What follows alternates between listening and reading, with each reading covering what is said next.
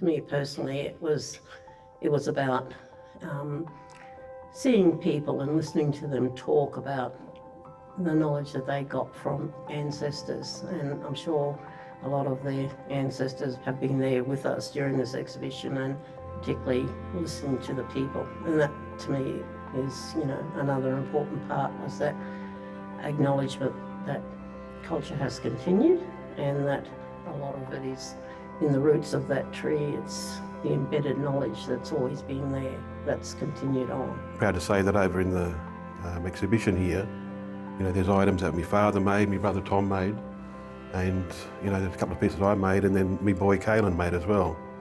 So it's that continuation. That's where it all come from. Just that feeling from within and knowing where all this, knowledge has been passed down.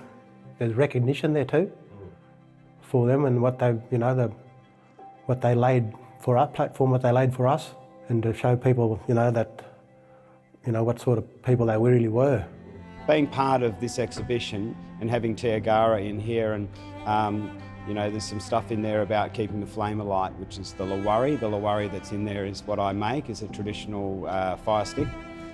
And it's an honour for Tiagara to be in the NMA, for people to understand the stories about how communities have had to overcome a lot of struggles and battles just to keep their culture out into the world, so people understand who we are and what we do.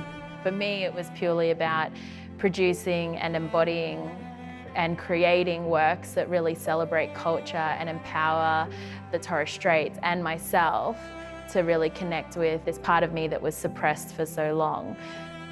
And a lot of people don't realise the healing power of the wood and why people want to touch wood, why they want to feel something, an object, an artefact. It's because of the history that it has and how it ties into who we are as Aboriginal Torres Strait Islander people in Australia. And part of that is around the fact that a lot of these trees are family trees and they're birthing trees. So you need to pay respect. That's a family tree. There's hundreds of years of people's remains and their nutrients giving life back to the trees, which in turn gives life back to us. When I developed the concept and talked about the trees, and it was a special way of telling the story of ongoing, the continuity of culture and the resistance and resilience to, sort of all the years of having it suppressed.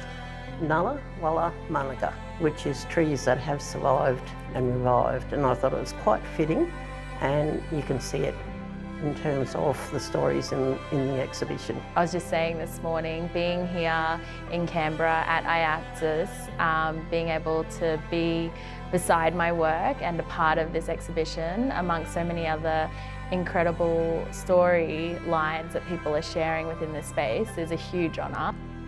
And then that means that we must breathe on the embers, continue to breathe on the embers, which is the wisdom of our elders, and keep that fire burning. As the firewood is being burned down, you push in more firewood, you fan the flame.